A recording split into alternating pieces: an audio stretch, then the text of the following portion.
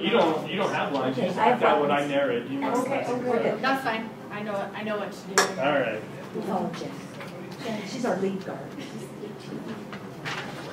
Are you guys all set? All right.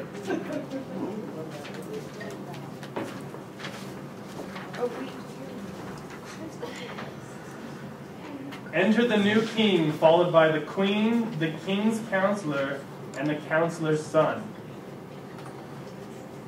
The new king takes his seat on the throne. The queen sits beside him.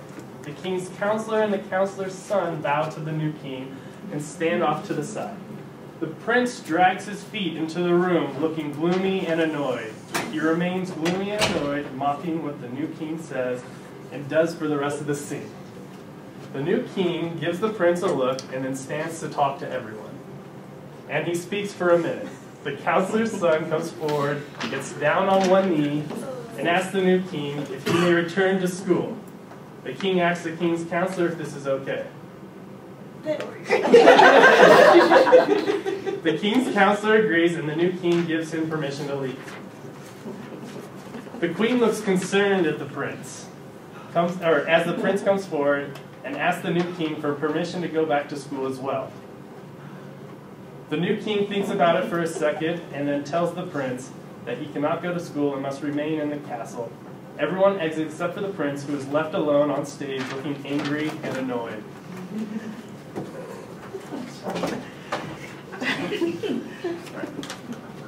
No, you guys are up now. We're running short on time, so we got to do this real quick. Sit down. Okay, the prince stands on the stage alone, looking angry and annoyed. Enter guard 1, guard 2, and guard 3. And the young... You guys want to come over? Guard 1, 2, and 3 each approach the prince and greet him. The young scholars approach the prince, and they share the strange news with him. While the guards watch with curiosity... Where's the young scholar?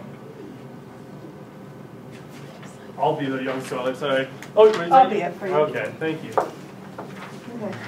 The young scholar explains that the past few nights they have seen a ghost who looks like a prince's dead father. The young scholar also says that they have tried to speak to it, but will not speak to them. The young scholar, the prince seems a little scared, but very interested to see the ghost for himself. They all agree to meet later in the night on the roof of the castle to see if the ghost will appear. Very nice. All right, card 3. All right, I need the king's counselor's son, and the counselor's daughter. The counselor's son and his sister, the counselor's daughter, enter arm in arm. The counselor's daughter takes a seat and watches her broken her brother pack a few books. The counselor's son tells his sister that he is almost ready to leave school. As she listens, the counselor's son warns her to beware of her relationship with the prince.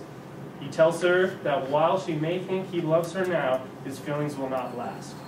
The counselor's daughters look upset. Suddenly, the king's counselor enters. He knows his son is about to leave, so he gives him a long list of advice for his journey. The counselor's son, not really wanting to listen to his father any longer, hugs the counselor's daughter goodbye and leaves the room. Aww. The king's counselor asks his daughter what they were talking about, and she admits her brother was speaking to her about the prince. The king's counselor tells his daughter to beware of the prince that makes her promise. She will not see him anymore. The counselor's daughter sadly agrees to her father's request. Okay, I need guards 1, 2, and 3. The young scholar, the prince again, and the ghost. Enter guard 1, 2, and 3, and the young scholar and the prince. It is a cold night, so they bundle themselves up and seem to be looking around for something. Suddenly the ghost appears on the stage. They are all frightened. Slowly the ghost looks at the prince and signals for him to follow, then exit. The prince goes to follow the ghost, but guard 1, 2, and 3, and the prince goes to follow the ghost. Oh, sorry. I'm bouncing around. And the young scholar tried to stop him. The prince gets very angry and yells at all of them to stay out of the way. He says he must follow the ghost to see what it wants to tell him.